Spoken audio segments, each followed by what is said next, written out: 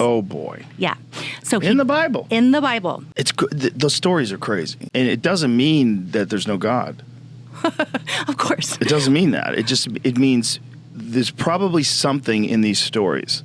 But we have to be real careful with what that something is. You know, without a doubt, some stories in the Bible are pretty crazy, and they're even on the dark side. Joe Rogan and journalism professor, as well as author Michelle Dowd, they have an interesting conversation and discussion about the Bible that raises some important issues that I think we should grapple with. Welcome to One Life Network, everyone. I'm Brett, and I've been a pastor for a long time. And at One Life, we're passionate about exploring cultural conversations from a Christ-centered worldview with people who believe and people who don't believe. So if that sounds something like you and you'd like to be involved with that, please hit like and subscribe. Michelle Dowd wrote a book called Forager, Field Notes on Surviving a Family Cult, which chronicles her growing up in an apocalyptic cult. It's kind of way off the beaten path one, too. And so I have a lot of sympathy for her in the subject matter she's getting into, but she does raise some issues that I think are important to address. Watch this. And that's Have you read universal. the whole Bible, by the way? I did when I was a kid. Yeah. I actually had Bible class in Florida. When I moved from San Francisco to Florida, I was 11 years old, and it was a complete polar opposite experience of the country. I lived in San Francisco with two parents that were hippies in Haight-Ashbury. So we were in the middle of, we lived near Lombard Street. We were in the middle of, the hippie anti-war revolution of the 1960s. And then I moved to Gainesville, Florida. My stepdad was going to, he was becoming an architect. He was a computer programmer, and then he switched careers, became an architect. And so he was going to a University of Florida at Gainesville.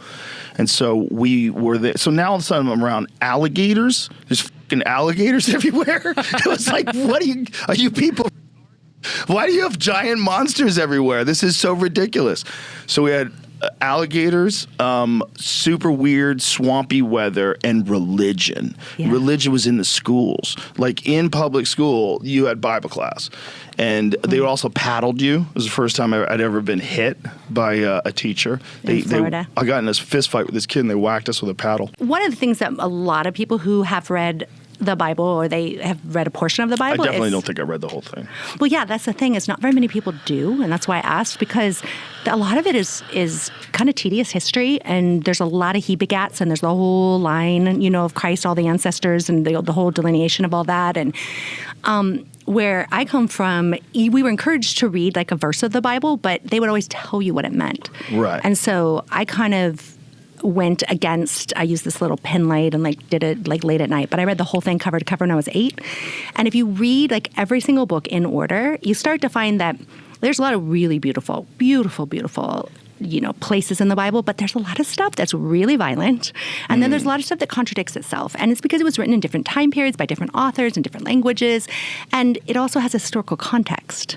And so generally there's a lot of stuff that people leave out when they teach the Bible because it's really hard to explain. Like what stuff?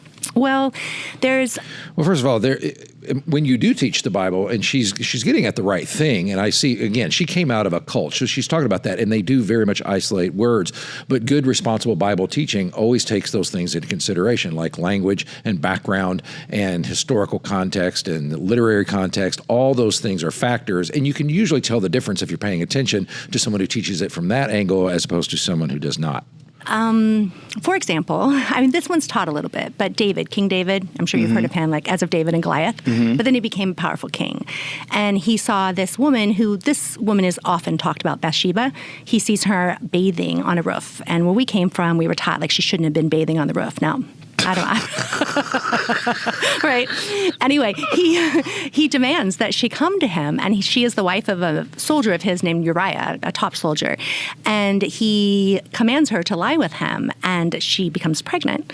And then King David, who is the same guy who had the slingshot of David and Goliath, decides that he's got to figure out how to get her husband back so that her husband can go sleep with her, and her husband won't do it because he's loyal to the army, and he comes back, but he sleeps at the floor of the castle, trying to... Wait a minute, he's trying to get the husband to go back with the wife? So that the pregnancy will seem like it's his. Oh, boy. Yeah.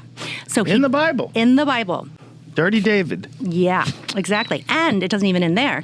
So Uriah won't do it because Uriah is loyal to David. Oh, boy. And so then David sends him to the front lines to have him be killed. Oh, boy. So that he can marry his wife and get away with that child's not being a bastard child, illegitimate. Oh, boy. Mm-hmm. And then God kills the child because, needs to make the point that David was. And think about poor Bathsheba. I mean, she's just been like run. His look was kind of priceless right there. Around. Her husband gets killed, all these things. Her kid dies because God is punishing David. And her husband got killed because he was loyal to the guy who got her pregnant. Absolutely. That's not a story a lot of people hear. Oh, my God. Well, and I would say it is a story that quite a few people hear in church context because it's because it's a great story in the sense of what it's teaching. And that's why I think they're kind of showing it like it's some kind of thing in the background that people are trying to keep from you. But the Bible doesn't do that. It does just the opposite. It doesn't keep that from you. It tells the truth about how this hero named David is amazing, and his trajectory of his life is up and up and up and up and great and great and great. And then he does all this, and it's all about his crash.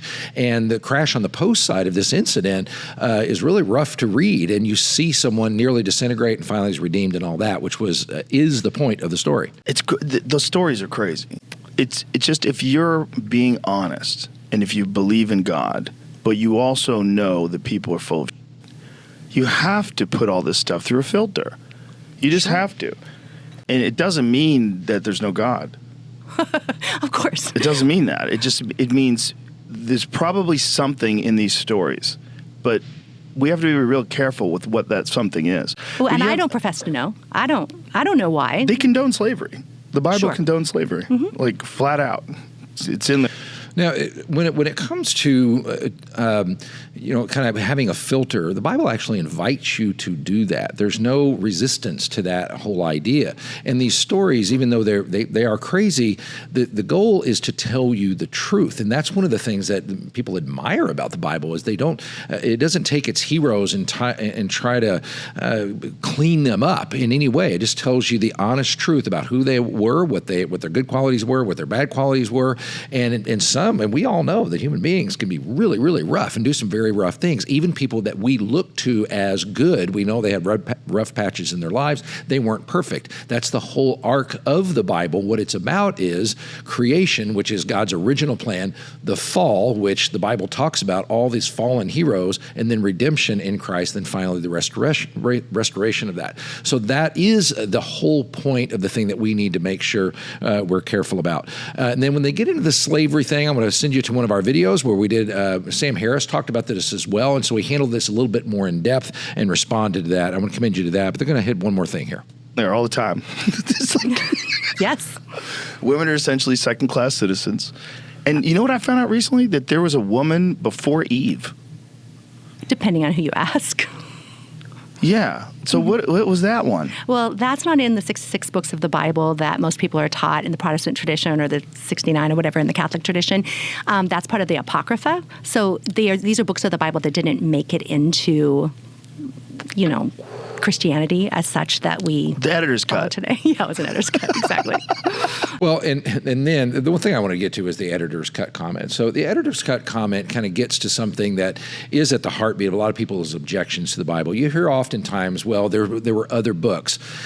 These days, we do the exact same thing. Think about biographies. I like to read biographies. I'm very interested in history. I'm very interested in historical figures. But what we know is that there are some biographies that are looked to as being very well done, very well researched, even authorized by the people they were writing about or by their family or something like that. And then we have the unauthorized ones. And they often are more sensationalistic. They tell things that are questionable. And we do use that grid. And the early church, they did that. There were those who were alive that knew the apostles that would say this was in line with the apostolic tradition, and this was not. It's okay to make those kind of calls, and just because there were books that weren't admitted to what was those that you can rely on, it doesn't make it wrong at all. It's not even a wrong process because we do that ourselves. That's very important to know. So as you go through the Bible, and again, with Michelle Dowd, I have a lot of sympathy for her. She grew up in a cult. It is a call to be responsible, but there is a grid commentary that you can go through, and that is looking at the background. But when you take the Bible on its own terms in the way that you read any other book and handle it with in good faith and with integrity, it will communicate things that are still life-changing, will show that Jesus Christ is who he claimed to be. Hope that helps. See you next time.